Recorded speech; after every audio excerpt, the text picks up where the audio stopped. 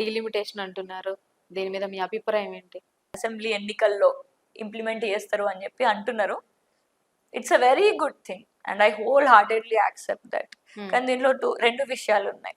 ఒకటి, డీలిమిటేషన్ అవుతుంది, నేను మహిళా రిజర్వేషన్లనే పోటీ చేస్తా అని అనుకోవడం వృధా. ఎందుకంటే అది అవుతుందో కాదో తర్వాత ముచ్చట. జనరల్లో కూడా పోటీ చేసేటటువంటి సత్తా మహిళలకు ఉంది. సో జనరల్లో పోటీ చేస్తారనే ప్రిపేర్ అవ్వండి అని చెప్పి ప్రతి ఒక్కరికి చెప్తాను. నేను కూడా అట్లా, నేను జనరల్లో పోటీ చేయలేకుండా మళ్ళీ కూడా జనరల్లో పోటీ చేయడానికి నేను రెడీగా ఉన్నాను.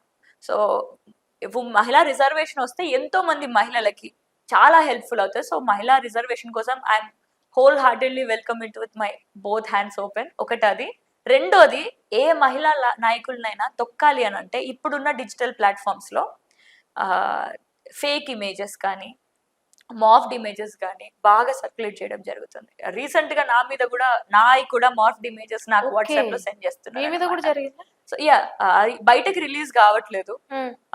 మార్ఫ్డ్ ఇమేజెస్ మాకే పంపించేసి మా దగ్గర నుంచి పైసలు డిమాండ్ చేస్తున్నారు అన్నమాట.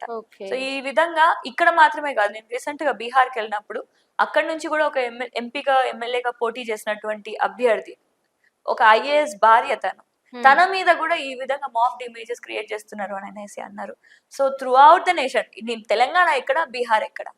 సో ఇంకా ఆలోచించండి మీరు, ఎన్ని రాష్ట్రాలలో మహిళల పైన ఈ విధంగా డిజిటల్ బ్లాక్ మెయిలింగ్స్ చేయడానికి అవకాశం ఉందో.